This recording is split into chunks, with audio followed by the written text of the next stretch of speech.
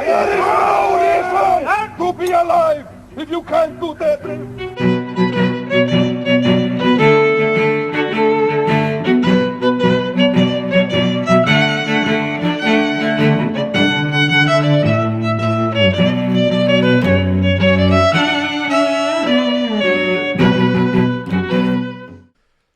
All right. Okay. Here we are, episode 48 of Strong and Petty here in the glorious Iron Age gym facility here in Winnipeg, Manitoba, the new home of the Strong and Petty podcast in the West End, Winnipeg's West End. Scary, dangerous place. We're here. So moving forward, it'll probably be mostly me and Devin doing the show here.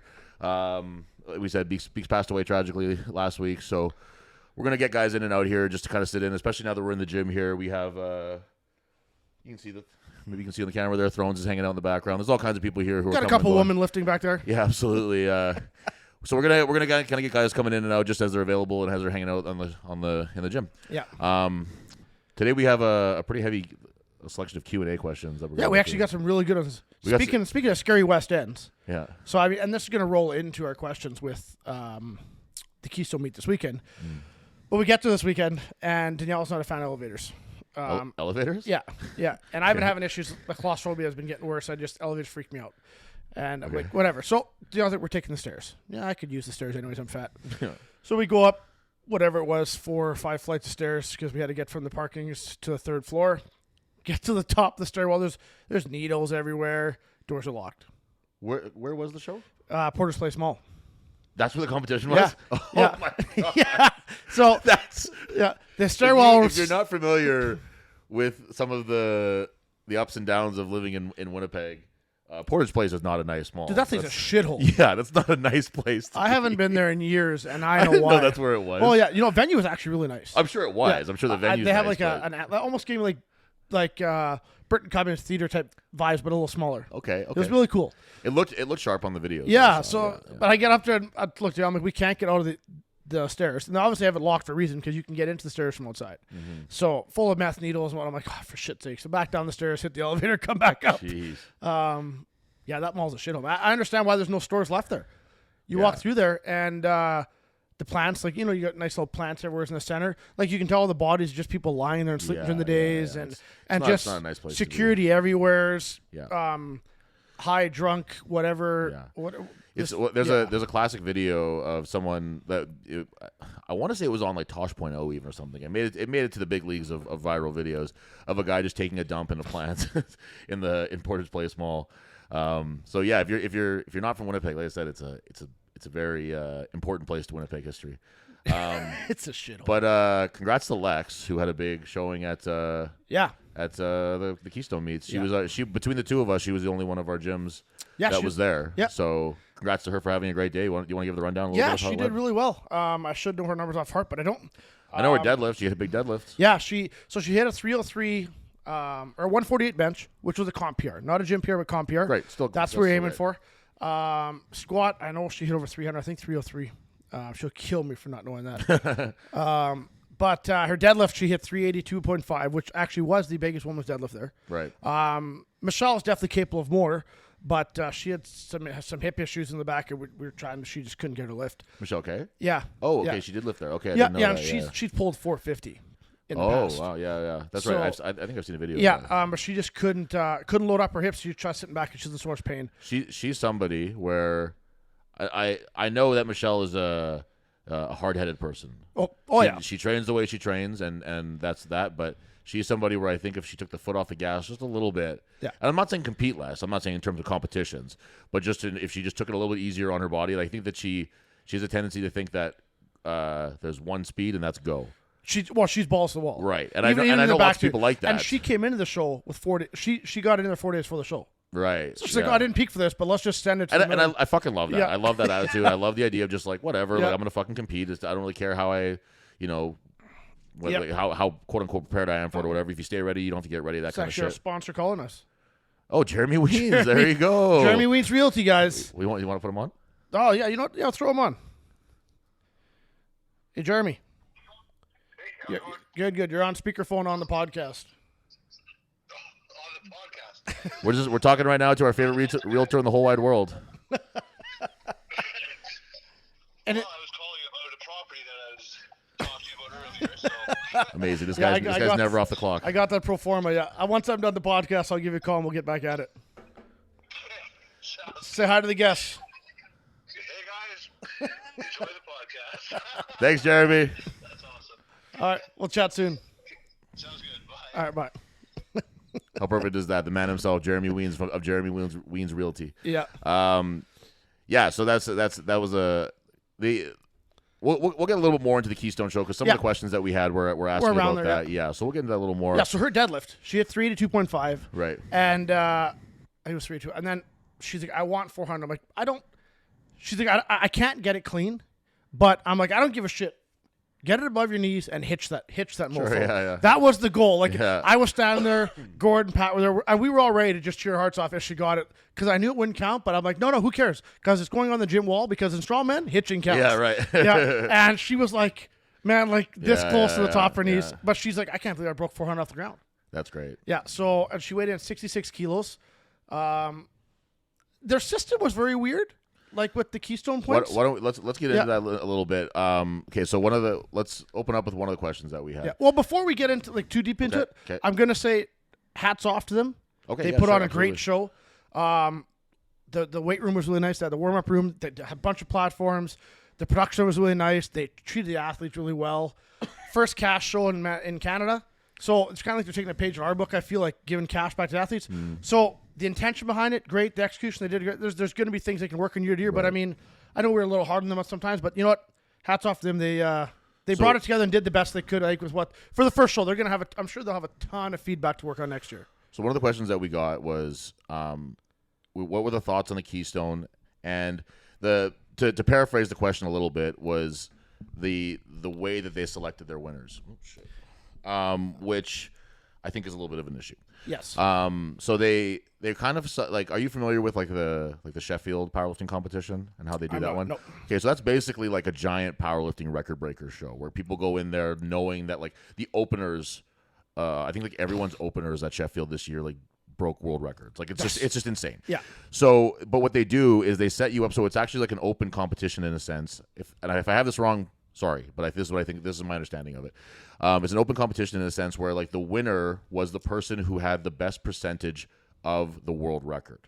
Oh, so okay. all of the top, say 10, were like 110, 100 and whatever percent of the world records. They all beat the world records, right? Yeah. So the guy who beat his class's world record by the most, who was a lighter guy in this case, like Jesus Oliveira was in it too, and he hit some fucking crazy weights, but he didn't break the world records by as much as this next guy did.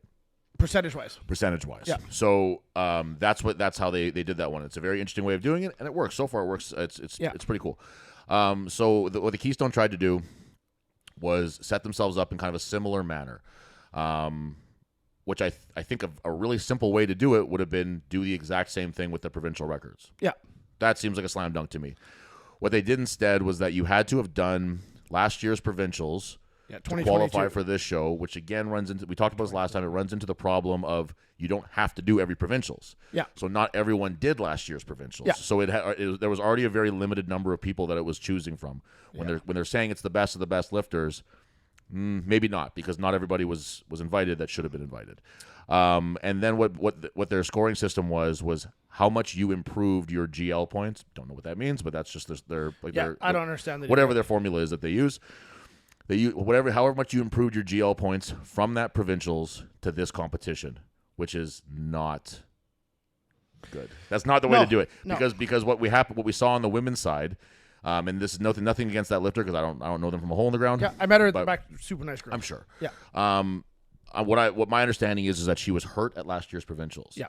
So she didn't have a very good showing. No. And then this year she had a better showing. She was healthy and whatever. But because this disparity was so high between the two that she won by a lot and won $1,000 by a lot. Yeah. And so that becomes an issue that they're going to have to assess. That's just not a good competition in my mind. No. That's just not like competing against yourself is not. We always say like, oh, it's you against you and blah blah blah, and that's true when you're in the gym. But when you're competing on the platform, it's you against the other people that are there. Yeah. And if you well, it's suffice to say that I think they have to rethink that. I think they need. And I'm not saying I know the solution, and maybe the Sheffield ways to do it. I think that's the way that I don't know if suggest. there were any. I think there was only one provincial record that got broke there, if I'm correct. But even if you do the percentages of, yeah. you know what I mean? Like, the one guy, oh man, I'm going to screw his name up. I forget his name, but Jack guy, last year was Asa. I swear his sister, and I could be wrong, but I swear his sister used to be his Freak Fitness because I knew a girl with the same last name. Could be. And anyways, he came in, Jack guy, pulled, I think he just missed beating his own record of 700 and some pound deadlift. Oh, nice. Yeah. So that was fun to watch. Right. But besides that, no lifts that really, I'm not sounding a dick, but that really stood out to me. Well, and like I said, that becomes part of the problem is that, like, so. Well, when Andrew was here last week, what did he say? Everyone goes to watch the girls. Right. In Manitoba powerlifting. Right. And because I don't follow a lot of powerlifting, I don't go to a lot of shows.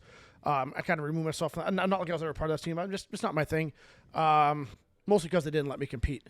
Right. So I'm still butthurt because I was on drugs, and they're like, "Oh, you can't." And I tried competing as a guest lifter, not getting my total recorded, and they said they would just drug test me to make a marker of me. Anyway, so screw you, people. You should have been like, cool, and then just bounced afterwards. Yeah, I just wanted to. I'm like, I know I ran drugs. Should I still want to just compete? Like, I don't need to record my totals. I just want to have a fun date, but whatever. Yeah. In the back, it was dominated by women. There's a lot of women there, yeah. Yeah, like equal parts. Yeah. But Tyler, if you'd been back there. I'm telling you, I gotta try to word this the right way to not get a backlash. But it was the amount of pussies I've seen back there. I like that. You're like, I don't want any backlash. Anyway, bunch of fucking pussies. I'm used to strongmen. I'm used to my boxing. I'm used to like it's a very alpha male dominated area, right? And even the females, are big girls, and and we love them because they're strong, they're loud, and they're tattooed. And I go to the back, and I'm like, has powerlifting just turned into like a bunch of hot chicks with their boyfriends with shaved side hair and comb overs? Yes, I believe that's what it is now. Yeah. Yeah, I think that's more or less what it seems to be. That was my nice way of putting it. That's a polite I even way. looked at Lexi. I'm like, if you think you're gonna lead me around on a leash like these little boys back here, like drag me from platform to platform, I'm like, no. Like you may be competing, but I'm still Papa. I'm still a fucking man here. And there was a couple of the bigger dudes that you could tell, but I'm like, the amount of soy boys in the back. Well, you guys can hate me all you want, but it's good lift still, but nothing that was like extra. I figured being the first paid lift in Manitoba, they would have guys like Andrew, and maybe next year because those guys just did provincials. Yeah, well, but I think if you're doing anything like that, you need to take the top 10 men and top 10 women and let them battle out. Not top 10 base. I'm like top 10 lifts. After every competition, Thrones has a sheet that he updates every time. That's the top 50 powerlifters in Manitoba of all time. Yeah. So what he could do very easily, and what they could do, or anybody could do, is comb through that list of competitors and be like, who's active and who are the top 10. Yeah. And that's really simple. You know what I mean? And that way you're going to see the numbers that you want to see broken. Because when you come to Manitoba Strong's Man and Woman, you want to see the top people in Manitoba smashing up for that first prize. Right. And first prize is going to be, what did we give last year, $1,000? $1,000, yep. That's who should get it. The strongest. I don't care what your weight class is. Right. I want to see the strongest guy. Right. And I think they're doing it a little differently because I know powerlifting has the dot system and the GL points, and I don't understand that. Maybe I should not be so ignorant to get myself in touch with it. But if I have those questions, I just message Thrones. Yeah, exactly. That's and then he'll give me a speech this long that I won't understand, and then I'll just copy and paste that to whoever asked me the question. Speaking of Thrones, I'll mention this now. Next week, we're going to have him sit with us here, and we're going to do a Q&A with Thrones. So me and Devin are going to have questions for him. It'd be like having Stephen Hawking here, man. It's going to be like, I'm really not trying to just like pump Thrones' tires when I say that he's one of the smartest people I've ever met. Like he's probably the smartest like lifting mind that I've ever met in person. I think he's the most analytical. He takes it the most seriously. And so if anybody has questions over the next week, we'll put some things out there, whatever. But think of questions for him. You have any questions about how to use Excel? Yes, but he just, I'll ask him questions about stuff, or we'll discuss things that you think are like hard set rules in lifting or powerlifting or strongman or whatever, things that are just like these immutable, unquestionable non-negotiables. Yeah, he'll be like, actually no, because this is, and he'll just fucking blow your mind. So I have a few things that I want him to discuss specifically because I think that there are things that'll be like they'll rock some people's worlds. And if you have anything that, as our viewers or listeners, if you guys have anything that jumps out at you that you want him to answer, this is a really rare opportunity. Like I swear, like I feel I'm going to be sitting here like this the whole time. I think both of us will be listening. Do a lot less talking, more listening on that one. Like when we're in the gym with him here, like he'll talk to me, and I'm like, I feel like I should be paying for this. Honestly, like, it's just like he's got so much fucking information, and it just changes the way that I think about stuff so often. It'll be our first Strong and Petty seminar. Absolutely, or yeah. university. Yeah, the university lecture. What do you call it? Is it a lecture? Yeah, Yeah. You can tell I hardly made it out of high school. I also wanted to. We're gonna go. We have some more questions. We're gonna go back to those, but I want to just kind of intersperse them a little bit. We got some viewer. We'll call it viewer mail here. Reach into the old mail bag. We pulled out a nice little piece of hate mail. So I'll just read it word for word. Doesn't matter who it is. Competitor. So it says, why the ignorant comments all the time about guys being idiots or insulting them for not gaining weight to get stronger? Life at 230 is far more comfortable than life at 260 or 290. I love the podcast. Thank you. But that narrow-minded, ignorant point of view is so annoying and naive. I've heard it in a dozen episodes, and Andrew spoke against it, and it was funny to see you guys fold and backtrack when questioned on it in person. Love the podcast. Thank you. But enjoyed hearing Andrew call you guys on it. So first of all, It's clearly a fan. thank you for listening to the podcast. Yeah. We do appreciate that. Whatever your opinion is of us, hey, we love the engagement. And the fact that he can put in there, love the podcast, but Yeah. you guys are also pieces of shit, kind of sums up what Strong and Petty's about. Hey man, yeah, exactly. That's like I said, we want to create a whole range of emotions for people. Yeah. So a couple things that I want to address with that is that We'll take each of our takes on it. yeah. I think generally speaking, we're pretty lighthearted with our ribbing about the smaller guys. I think that I called them pretty last time or something. Like they called them like Well, see, I'm a weight class athlete. yeah. So, I mean, every time you say it, I'm just... Because I was never, besides the one Manitoba show, and I went to Westerns. Right. And back in the day, I competed in the Open Winkler. Right.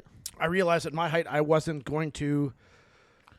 I didn't have the dedication and the mindset to make it where I needed to in the open class. Sure. So I took the weight class route. Sure. Because there were guys my size that I could do it. That's fine.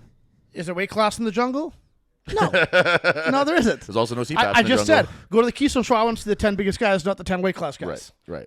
Do I think strongman's came a long ways and done lots of justice to the smaller dudes? Like, I call myself small at 260, but by allowing it, the weights and the categories to allow people like Emmerdale to compete at 5'2", whatever the hell he is. Sure. Yeah, you know, my homeboy Martin. Yeah, gives these guys a place to compete. I think it's awesome. Yeah. But at the end of the day, I know you like Hart because you're a big dude and you like the open class. At the end of the day, the open guys run the show. Right. So I mean, ultimately, it's like don't take anything that we say on here too seriously. Except for the soy boys. Except for the soy boy comment. Yeah, like we. I can't even beat this guy because he beat me at the one comp I faced him in. First of all, or sorry, not first of all, but another point is I did not fold on my stance that the little guys are wimps when Andrew was here. First of all, Andrew is 6'6" and 280 pounds. He gets it. No, he's over 300. Yeah, okay, we're speaking the same language here. Also, I don't think at any point didn't he say that guys should try to go up a weight class? Yeah. So I'm not sure exactly what was being heard there, but that's not what I assure you that I have not changed my position on being bigger and stronger, being cooler than being smaller and not stronger. But thanks for the message and thanks for the mail. And if you guys like us or don't like us, hey man, send us hate mail. Drop us a line. What the fuck do we care? Yeah, exactly. That was the best message we received in a long time. Yeah, it was well thought out and it was emotional and it clearly mattered to that guy. But I mean, I appreciate they listened to all the episodes. And that's the thing too is that he's listened enough times that he has an opinion. Our fucking camera's gonna fucking die. Hell, it's a brand new battery. God fucking damn it. So for the record, this is a brand new camera with a brand new battery. Okay, so what I'm gonna do is I'm gonna load up a question here for Devin to do while I'm fixing this fucking camera. How does that thing go from 100 to 0? How about this one? Which show is going to have the car bench press? Oh yes, because we kept talking about that shit. I think that. I don't know, man. We can't. Actually, you know what? We haven't set the events for Tolstoy. Maybe we start out the year with a bunch of torn rotator cuffs. I don't see why that wouldn't be a bad thing, right? Nothing screams strongman like starting the year with blown shoulders.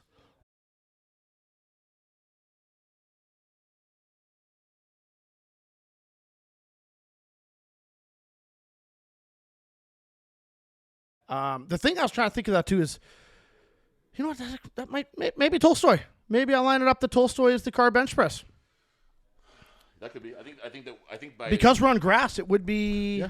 by next week we should have events. I can just pull the old fat pad off my bench for the day and we could do it. Yeah, we do it on anywhere. Unbolted just because depth. Yeah, like I want to do that one. It's just a matter of kind of we're being really careful. You want to do the car bench press? Yeah. Oh, like myself? Yeah. Yeah, I would like to, but I mean I want to put it in as an event. But we're right now we're being very careful about what we do and where we do it. We're sticking with our plan of only doing of no repeats for events. Yeah, we're trying as best we can. Yep. Which is making it really challenging. Yeah. Because we have to plan ahead for competitions that we have to make sure that we're not taking away events that would only be appropriate for certain shows at a later event. So we just got to be kind of mindful of that. And you got to think the more show, Matt's the strongest man and woman, is at a monster, is at a tractor pulling event. Right. So there's certain events in Strawman that are geared to that crowd. Yep, absolutely. Tolstoy, we're out at a bar in the middle of butt-fuck nowhere. And I love the place. It's close to my house, so it's it's my people. You're a different type of thing. Like we could do, throw the neighbor's wife over your shoulder and run 100 feet. There's things like that happen, right? Yeah. And their sister too. Like those events happen at home, right? Like, we got, but we should get the Amish involved out there. I would love to get the Amish involved. Just know that the event is not dead, and we're gonna try to figure that one out. It will be happening this year. I'll field this question here, which is why is Nate Paul the nicest guy ever? Now, the answer to that question is very simple, is that God didn't give him good looks or brains, so he had to have something going for him. Smooth hands and great wrist action. Yeah. So he's got to be nice, otherwise what the hell would he have going on? Have you seen the set of lips on that guy? I like this question, and I think that this is a good one for both of us here.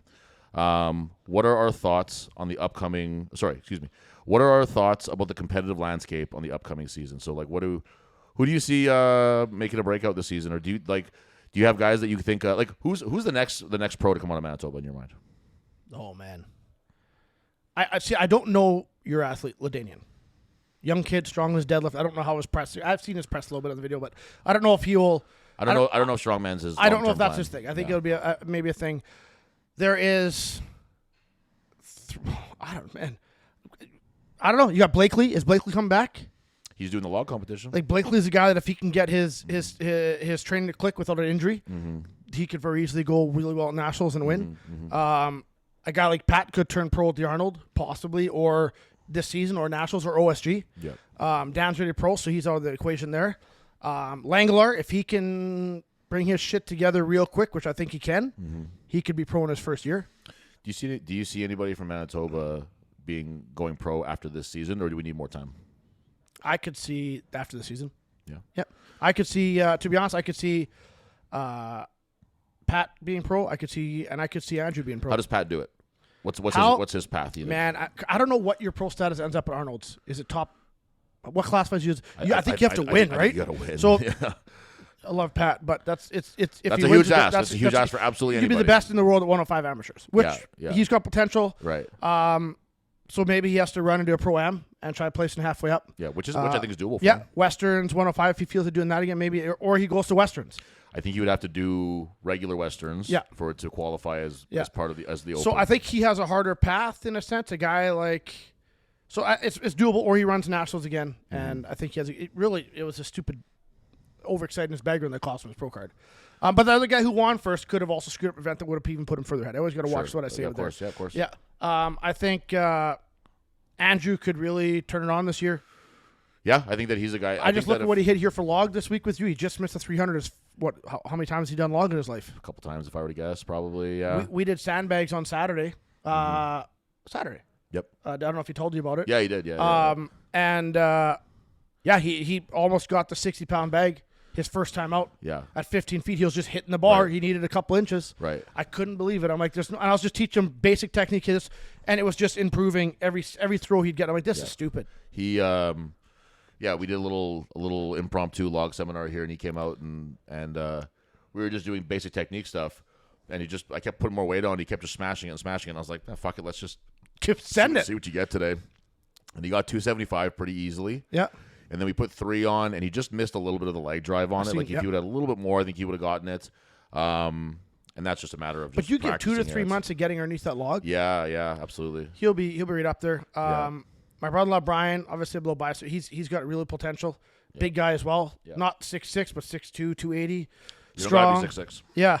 That's Langlar's that, but it's. Yeah, you look at Dan, though, exactly. Dan's 5'10". He's half inch shorter than me. Dan is a. We argued about that all day Saturday. I hope that Dan's a guy that people look at and are like, I can do this too. You know what I mean? And I don't mean that as just by heart and not any kind of a slight to Dan, obviously, but I just mean he's not a guy you look at and be like, that guy's going to be a pro strongman someday. You know what I mean? And he fucking did it anyway. And I think Corey could have made a good dent at Nationals this year, but then he got injured. Yep. And I know I'm missing somebody because there's so many people, and people get butthurt with that. Well, we're not asking who's good. We're asking who could potentially be a pro. I think those would be the guys year. that are standing out in my mind right now. Garrett's going to do good in his weight category. What's his plan this year, I don't know. Like I know he's competing, but I don't know where he's at. I know he's not doing Arnold, so I would hope he do OSG. I think that was. Yeah, I think I've heard that. Gordon's also doing OSG. Gordon's recovering from his knee really well. He's already won. I don't know if he's ever gonna. His goal isn't to play; it's to go pro. His goal is just to have fun and enjoy the sport in his age. And same with Jocelyn. I know she wants to. I would like to see her hit a 500 squat this year. That doesn't seem. Which is out of this disgusting. world. But that's amazing that she could do it. She already hit a 225 bench a couple weeks ago. Yeah, I saw that. That's crazy. Like, I never gave. Like I couldn't. Yeah, she's somebody who's really scratched the surface only of what. But she she's could the do. softest spoken person I know. Yeah. Like so very sweet lady, soft-hearted. Like wouldn't defend a fly. Just like the nicest person in the world. And then all of a sudden, I'm going to squat 460 pounds. Yeah, and I'm going to bench 225. And her deadlift, I would say, is her weakest lift of the three in terms of relevance, and we're building that. So nice. For women, who do you see for women? I mean, I got Mara. I coach obviously. Right. She's done really well. She's been to OSG numerous times. Yeah. I don't know if Kelsey's competing this year. Because she's got a job and stuff. Kelsey, it looks like the season will be pretty touch and go for Kelsey. Like it's probably a safe bet to say that she won't be making a pretty good chunk. I think this year is her year to get her career on. Yeah, get a career in order and everything, right? So that's completely reasonable. Yep. Mara is somebody that you can never count out. Obviously, like she's an animal, and she's been an animal for quite some time, and she's just steady good. Like you know what I mean. You've got a couple new girls coming out here that seem to be pretty. Yep, like Anna's somebody who I think would be a real threat to be Manitoba's strongest woman this year. Yeah, she's so explosive. Yep. I think that, unfortunately, I don't think that Nationals will work with her schooling right now. Have you ever thought about the conversation that her and Thrones might have? Just lifting. That's got to be it. Just lifting.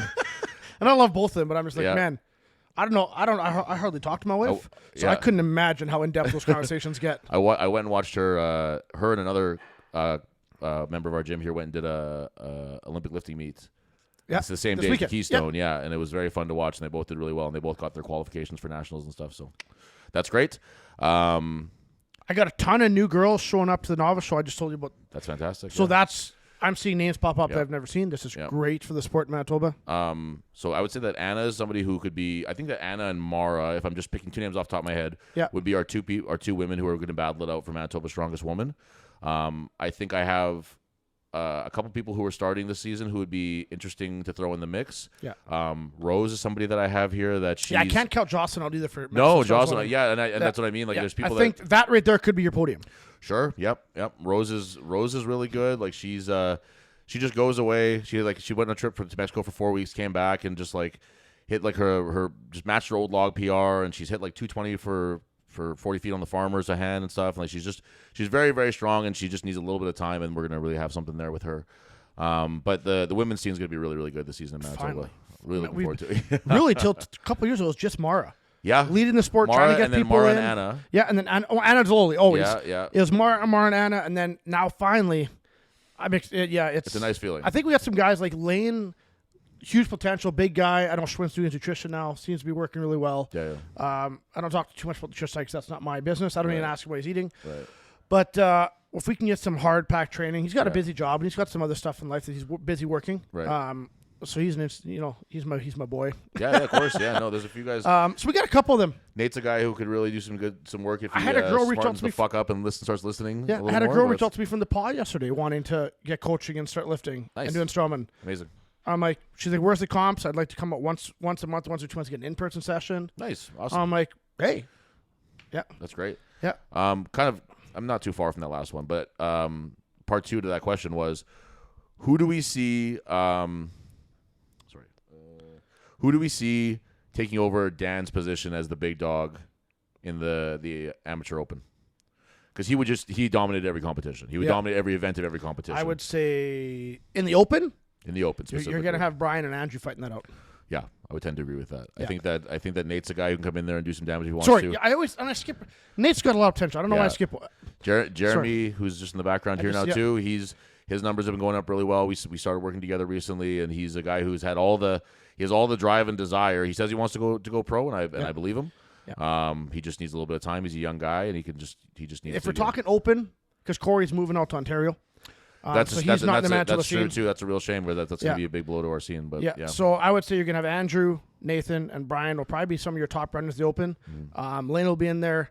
I don't know if Travis is competing much this year. I know he's having a baby soon, so that's awesome. Him and his wife. Yeah. There's a few guys that I know that are like it's just like they're and this is not speaking to them as people. This is speaking to them as competitors. Their inconsistency makes them hard to predict. Yeah. And let's face it, it's an Instagram world. So if I don't see videos, I don't know how well you're doing. I don't know, man. Besides talking to you or their coaches, right. I don't know. There's a whole gym of people at Brickhouse there that I'm not really plugged into, right? Yeah. So maybe they have somebody there that I've never heard of before. Jesse Morrison, he seems to be putting up some good numbers. Yeah. I got him props. But he's a 231. I believe he's. Or is he going to run the U120? Yeah. So he's going to be U120 this year. I've heard open and 120 for him, but so we'll have to see what he ends up doing. Good for him. Yep. I like seeing that. But yeah, if I had to pick one guy right now, just one, gun to my head, if Andrew likes it and sticks with it, I think that he'll be really hard to beat once he gets a little bit of experience, because he's already got a great background with powerlifting. He's got the dedication to it. Like he's made this his number one priority, not strongman but strength training. Yeah. And he's fucking strong, dude. What? I'm not saying he'll dominate. Dude's I'm not saying he'll be the next Dan, Dan of this season. Yeah. But he's very, very fucking strong. But dude's mid 400 bench on the platform, which means I guarantee he's almost hit 500 in the gym. Probably. Touch and go. If you're doing 452 pause in the comp. Probably. Squats over 600. How many guys in our pro scene? 675 or something. Yeah. How many guys in our open have that? Have you? I'm not saying. Have you? I've never hit that. Nope. Dan hasn't hit that. Pat hasn't hit that. No. And his deadlift 727 on platform. At an RPE of like 8. Yeah.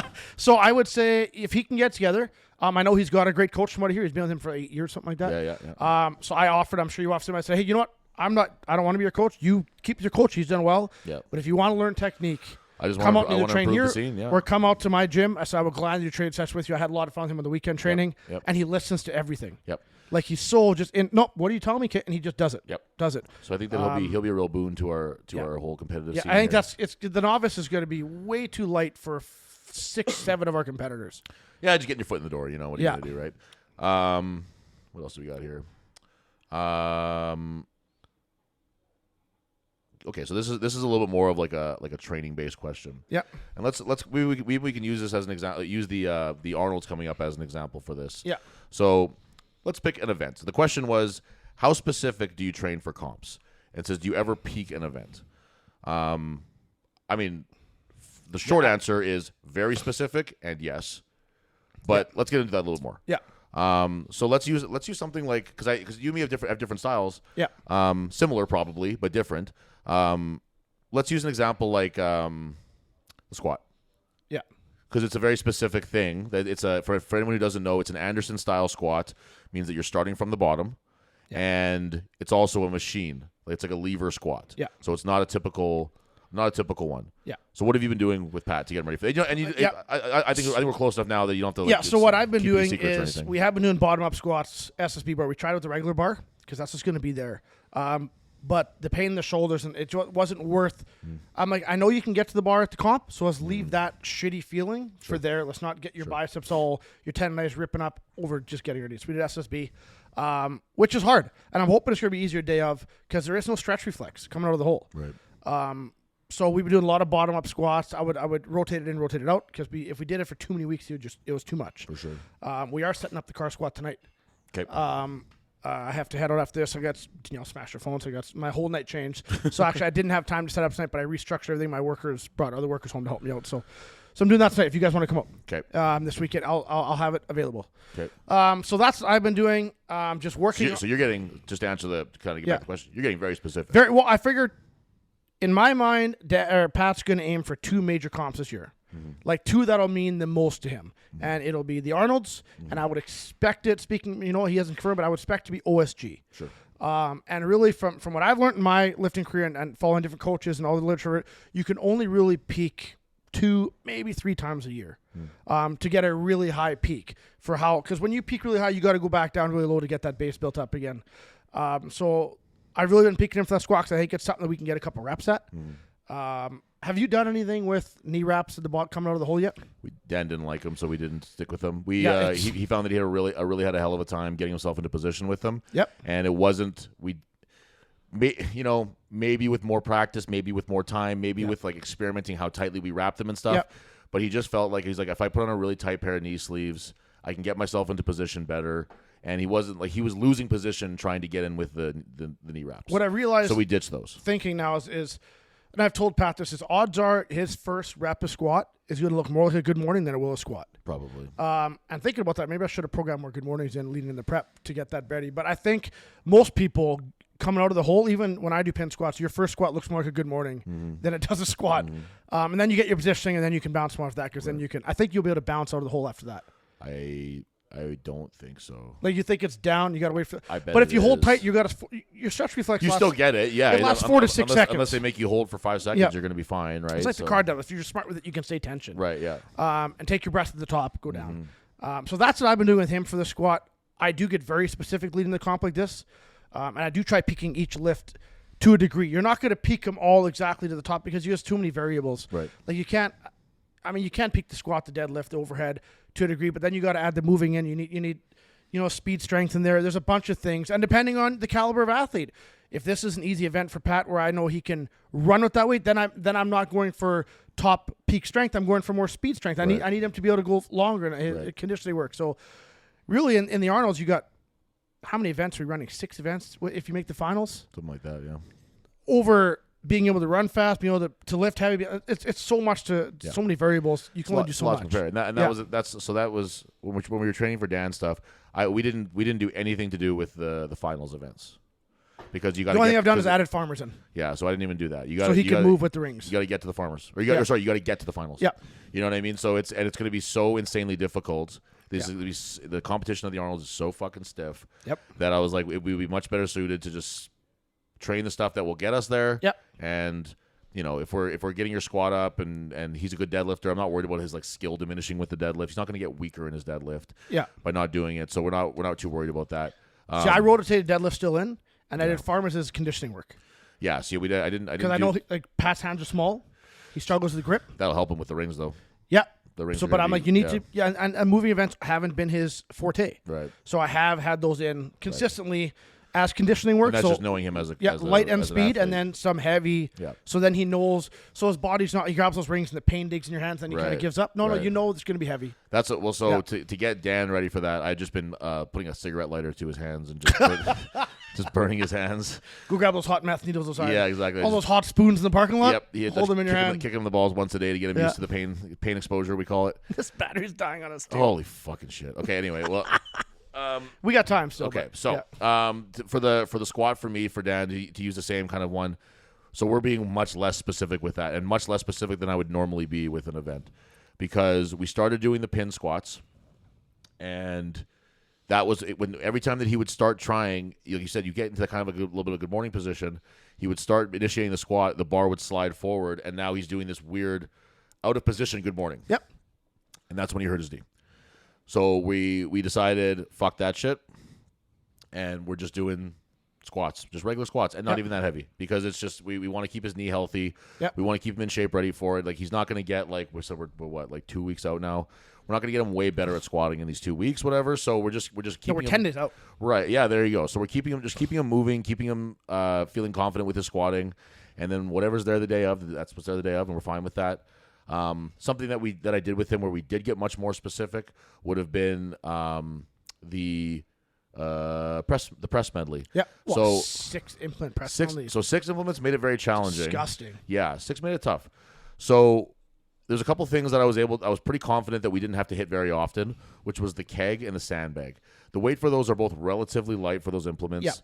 Yeah. And Dan is good at pressing generally. So I knew that if we could hit those early and hit close to comp weights early on in the training cycle, we could hit it once every other week for a single, just to keep the exposure there, just to keep him comfortable with the implements, and then we didn't have to train it. We didn't have to do anything more than that, and we didn't really. So that was the keg and the sandbag. The circus dumbbell is 220, which is fucking heavy, especially in a medley. It's about halfway through the medley. You got to hit a 220 circus dumbbell with a 3-inch handle too, no less. So we really focused on getting his strength up for that. Yeah. I don't really believe in this, what you saw some people doing, which was running the whole medley very early on. I think that you kind of run out of places to go with that. Yeah. And I think that you could spend more time getting better at the specific implements. And whatever. That's just my Some thought. guys are running it 10 weeks out. We The started very beginning, yeah. 5 weeks ago. I started 60, 70, 80, 90. We ramped up 10% each week to get him going and get the conditioning work in. That's having a plan and a strategy, right? And we're doing it. We did it last week, and we're doing it this week. Some guys I've seen online were at comp weight like 7, 8 weeks out. Yeah. And it's like, hey, whatever works. Whatever Hell, works if that for works, them. Yeah, I'll learn for next time. I didn't like that for Dan, for my guy. So we changed it a little bit. Like I said, I think we could get more. We could get his strength up at the thing that we needed to get it up in, which is the circus dumbbell, and then we could just get practice with the other implements. I wasn't really concerned about Dan like moving slowly between implements. He's quite good at that. Yeah. Like he moves like an athlete. Like he moves like somebody who wants to get to the next thing. So I wasn't super concerned about that kind of stuff. So we just focused on getting. We would do the log. Again, not going super heavy with it. The axle, same thing too. These are all weights that he's very comfortable with. Yeah. The chain barbell thing, we had to get a little bit of exposure because we just weren't used to it. But he's very good at cleans. He's very explosive. He's good at pressing. So none of it was too concerning to me in that way. And then this last week, we put it all together at a run at 90%, which is higher than I would normally go. But these numbers are kind of light for him. Yeah. It's just the fact that it's 6 in a row, and it's like 90 or 75 seconds, I think. It's a short run. It's a fast run. So, and you can guarantee someone there's doing that in 20, 25 seconds. Somebody will blow through it. Absolutely, somebody will blow through it. Unreal. Yes, but and so we've just started practicing with, and like my gym doesn't have a ton of space in it in terms of like preparing for that kind of thing. Yeah. So we had to kind of set it up funny to get it around. So we're not really worrying about the time per se right now, but just hitting implements. Not only hitting 6 things in a row, but 6 different things, which I think is something that people don't really always account for. The way that you need to prepare yourself to clean a log is not the same that you need to, like, you have to recalibrate every fucking implement. Yep. And you're going to do the keg differently than you're going to do the circus, and you have to be quick and sharp and be ready to go with every single one of them. Yeah. So that last week we did that. This week we're going to go 95 to 100%, see how he's feeling. And then we're pretty much ready to rock from there. And that's about as specific as I like to get. We have like both his gym and my Devin's gym and my gym have all the implements that we need. Yeah. So specificity is available to us. Yeah. If you're, we're really fortunate that we have the equipment we have. Yeah. If you're without it, like that sucks, and I would recommend getting it if you can, obviously. But I'm a very big proponent of specificity, especially in strongman, because strongman is not necessarily just despite what the name might tell you, it's not just about who's the strongest. It's about who's the best with the implements. Yeah. If you look at some of the guys who do really, really well in competition, like Alexei Novikov, who's world's strongest man in the past and stuff, he's extremely technical. He's really, really good at the lifts, and Kielskowski too, with his circus dumbbell. These are guys who are practiced and dialed in. Martino's the same way. Yes. Yeah. They're not just strong. They are strong, but they're not just strong. So I'm a firm believer in specificity and practicing. And the same way that if I had a football player on the in season, we're not worried so much about getting his strength up. That'll, maybe it'll happen, maybe it won't. But I'm worried more about getting his skill level up with the events that are coming up in that competition. And injury prevention. And injury prevention, of course. Yeah. And then so that's and by getting him better at the specific lift that we don't hit in the off season, he might get stronger, but really he's just getting better with that implement. Yep. So like whether it's car deadlift or circus dumbbell or whatever it might be. So hopefully that answers your question. That was I kind of like that question to get a little bit of. Yeah, that was actually kind of nice. I'm gonna check the time here. Our camera turned off here.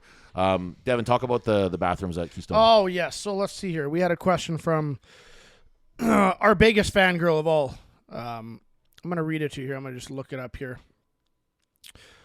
Tyler will leave me to this question, because I just such a great person when it comes to certain things. Question was, what are Devin's thoughts this year? Atlantic strong shit. How did Devin like the bathroom situation at Keystone? I'm going to tell you. I'm going to tell you how I like the bathroom situation at Keystone. What was the bathroom situation at Keystone? Gay. Okay. No, it was gender neutral bathroom. So I come rolling into this washroom, and I go in. I'm like, ready to take a big stinky fucking man. Yeah, dump. and I'm like, shit, left, right. So I'm like, oh, there's no sign. It's man on the right. Generally, I'm like, I'll go to the right. I walk in. There's 2 chicks staring at me. I'm like, oh, my bad, wrong washroom. Right? I'm a country guy, so it's you don't walk in the wrong washroom. Right. So I whip in the left washroom, girl, and I'm like, what is happening? Like, what's going on? Who has dicks here and who doesn't? And I'm confused as shit. So I'm like, all right. And then someone's like, it's gender neutral. I'm like, oh, there's no way I'm actually in one of these washrooms. But I had to shit. So I took the biggest she/it of my life in the gender neutral washroom. That's always a point of pride for me is when I show up to a powerlifting meet and I go and blow out their bathroom. Yeah, and so I leave there and I sit at the chair outside the washroom. Yeah. And I sat there for a good 30 minutes letting everybody know that this was a gender neutral washroom. To me. That was me. And all these chicks kept coming in to go to the washroom and they were confused. They go left, right, and then I'm like, it's gender neutral, and they just walk away. And the one girl's like, I'm not going to the washroom with two dudes shitting next to me. Right. And I'm like, well, that's the problem with these chicks. So yeah, do I like gender neutral washrooms? No. I think it's fucking retarded. Yeah.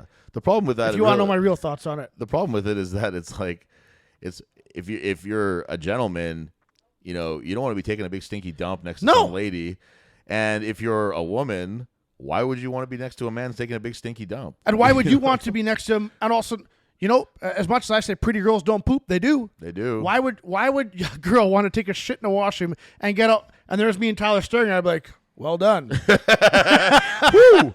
That is powerful. I thought that was Devin in there for a second. I'm telling you, I would never let my daughter in a gender neutral washroom without me.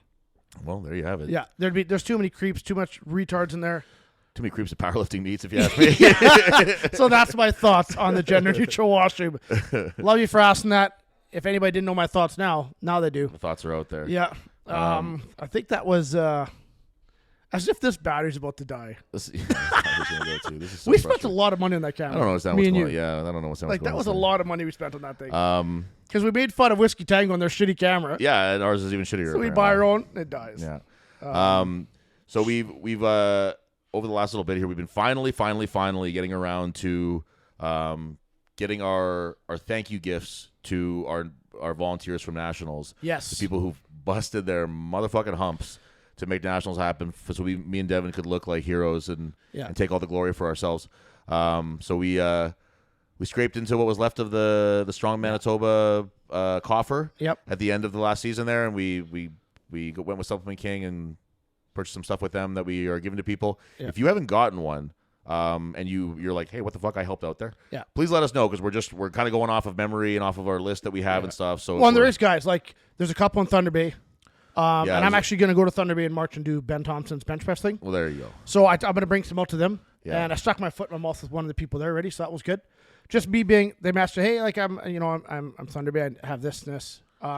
Do I get a prize back? And me just being me, answer back, yes, sir, yada, yada. And the girl's like, I'm actually a girl. And I'm like, that's just me talking like an idiot. Don't say shit. Don't mind me. Yeah, like Ryan Vance helped out huge. I was going to say specifically Ryan Vance is a guy who. So we will be sending you something. Yes. If he listens, please know that your work did not go unnoticed. Yeah. And we're going to do our very best to get you something out there. So it was, and to be honest, there was, while you changed the battery for the third time, man, you guys, I'm telling you, we're rough times with this camera. We're going to run a different power source next time. You can tell we're running by the sheet of our pants.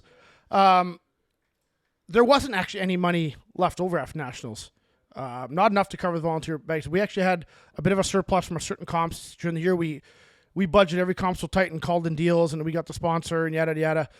So that was where the money came to us from our season. And we knew that leading to Nationals that we needed to come up with some money to get the score in. So big shout out to Supplement King. They helped us out to give us a discount and stuff. I mean, we still spent over $3,000 on supplement bags to give back. That's how much we love our people. Yeah. So, and it's not hey, we spent it. We appreciate the help. Damn it. That battery just died. What the fuck time are we at? Just screw that thing. Yeah. We're going to wrap up here in a couple minutes anyways. We don't need the video for the last couple minutes. Jesus Christ. Wasn't that battery just on the charger? No, I just put it on the fucking table like an idiot. All right. Yeah, we'll pretty much take it home from there, I think. Yeah, anyway. So, I mean, shout out to our volunteers. The guys at Thunder Bay and girls, I'll be bringing your shit out.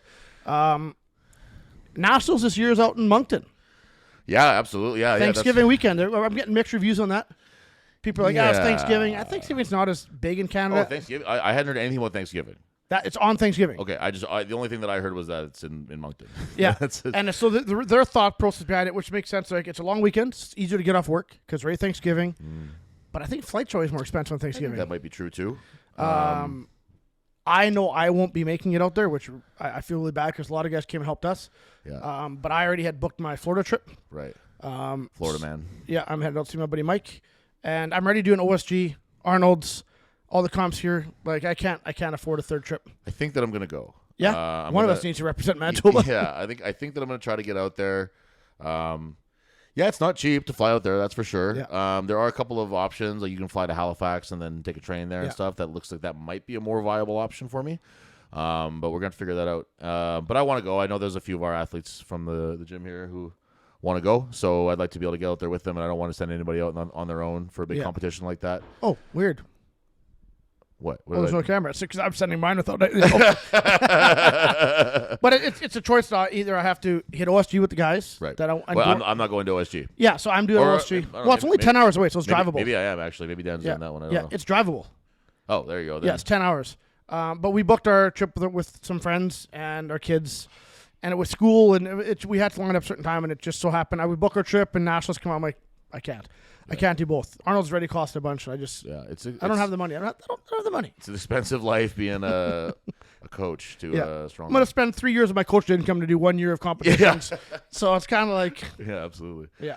But for anybody who's planning on doing the trip, it's gonna be really beautiful out there. Like I want to go just because I've never been to the East Coast before. I've always wanted to. Yeah, so I'd love to use this as an excuse to get out there, and I'll lend a hand however I can with the shit. And it's good. You know, I'm excited. Max and Sam, I'm sure they're excited. That's the second time putting on nationals. Second time putting on nationals, which I fucking oh my god. Dude, I don't know why they would do it 2 times in 3 years. After last year, I don't know. I would do some horrible things rather than. I think by the next time nationals comes around in Manitoba, I'll probably be out of the sport. Yeah, I can't. Like, I think that everybody, all the reps, should do it. Yep. Because it's an important thing that we all got to do. Gives you a perspective. But boy, oh boy, that's a great way to put it. I think. Yeah. Is that it'll really, really make you appreciate the people who have done it before you. Yeah. It'll make you appreciate people like Sam and Max who are willing to do it more than once. Because that's fucking insane. It was an endeavor that, like, I think that when I remember us starting to talk about it at the Nationals before in Thunder Bay, and we were like, yeah, we can do that. That sounds good. And just having no idea what we were setting ourselves up for, like just having how much headspace it took up for me for the entire year. It's funny because this year is just like a breeze. Yep. This year compared to last year is like I'm thinking about almost nothing. I'm just like. Yep. You know, I have local competitions to think about, and that's it. Magnus Comp will be announced in the next week or 2. There you go. Okay, awesome. Are you signing up for that or applying? I'll be if I'm invited, I'll be there. We will. Let's talk our upcoming stuff a little bit here. Yeah. One thing I wanted to put out there for anybody who might be listening and is not yet registered for the log competition, we've actually just barely surpassed our goal of $1,500 for the Dream Factory. So I'm very happy with that. Thank you. Training Grounds dropped a few donations today, which we really appreciate. And thank you to everybody who did that, because that was $1,500 over the course of like 2 weeks. Huge. It's amazing. Yeah. So now what we're doing, and I know this gets a little bit murky for just explaining to people, but we are now taking. So we reached our goal for that, and all of the other donations and funds that we receive, registration funds, donations, whatever it might be, are going to the North End Women's Center. And I've said that before, but. Now, just speak to me, email me. The link isn't good anymore in terms of the Dream Factory thing, so just message me and get yourself registered. And also, I want to see a little more registration. Yeah. Get that shit, Jeremy. Oh, I think he just barely missed the log up there. But he get your shit together, Jeremy. Lost train of thought there now. But but we've seen amazing donations. We've already beaten the donations that we got last year, but I just want to see more lifters. Yeah. So if you haven't signed up yet, please email me. I want to beat the number that we had last year. I think we had almost 30 last year. I'll be here to support. I don't think I'm lifting, but I'll be here to support. Hey, we need pretty faces too. Right? Yeah. So then we have that. We have the novice competition. We're gonna probably, I think, close registration about a month out of that one, which will give us time for shirts and stuff, right? So we got to get the shirts. When registration is closed, you can message us afterwards and we can see what we can do in terms of room.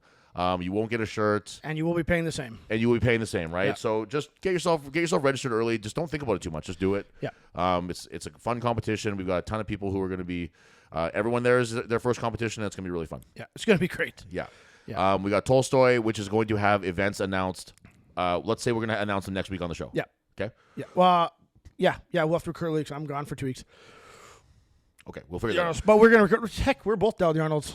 Could do a Right. freaking show from down there. From the Arnolds, yeah. Maybe and we could hit up. We could. You know what? We might be able to get on some pros or something on a show down there if we bring something with. If we bring enough money with us. Where's those Nate Paul lips? We'll have the events on. There you go. That's our little teaser. We'll have the events for next week's. That'd be for wild, next man, week's if show. we could get someone on. Hey man, I don't know anybody cool, but following that we have Manitoba Strongest Man. That's still a little ways away. We're not thinking too much about that. Yep. And then the Magnus show will be announced officially after that. It sounds like. But you know what? Thinking of this, we'll talk. We'll bring this equipment. We could interview Dan and Pat right after the Arnolds. I would love to do something like that. We'll see what we can bring together. We'll see what's feasible in terms of bringing our shit down there. Yeah. We get Tolstoy, which we'll announce. Vita, right? Yeah, which we'll get announced soon enough. Rumble in the Valley is already announced. They've already announced it, like Rumble in the Valley has. Great. For Manitoba's Strongest Man and Woman. So that's good, man. I'm excited about that one. Yeah, me too. I'm looking forward to that. Yeah, I'm gonna get just for the non-bias. I'm gonna get cracking on the events. Yeah, absolutely. Yep. And then that way, there's no favoritism to any, because some people sometimes like, well, if Tyler's picking the events and he's competing, no, I'll pick the events, and it's going to be equal playing field, and it'll be cool. It'll be even for everybody. Yeah. 5 mystery events. Anybody who said that though, you're a fucking hater and fuck you, pussy. Anyway, okay, we'll leave it at that for today. Probably the same guy who sent in that nasty message. Yeah, and also, shout out to our haters. If you have any messages, whether they're kind or unkind, send them our way. Biggest thing, Whiskey Tango Podcast YouTube page is no longer. All the videos are getting transferred over to the Strong and Petty Podcast YouTube page. I didn't know that. Yeah. Okay. So we had 400 subscribers on the Whiskey Tango with including them. Right. We need you guys to go to our YouTube page and subscribe. Okay. To build the feed up there. Okay. All the videos from day one are being transferred over. They've already done 35 or 40 this week. Wow. Are transferred over. Yeah, I know you didn't know. I've been working with Denzel, or he's working that, but I've been keeping in touch with him. Yeah. Because Whiskey Tango Podcast said they shut down as well. So we're Lord Rangers now. Yeah. They're still producing for us. Yeah. But get over to YouTube, subscribe, help us build our feed, help us build our following, share with your friends, comment. The more comments, the more the algorithm helps us on Instagram, on YouTube, on Spotify. Like, follow, subscribe to all that shit. I think that's true.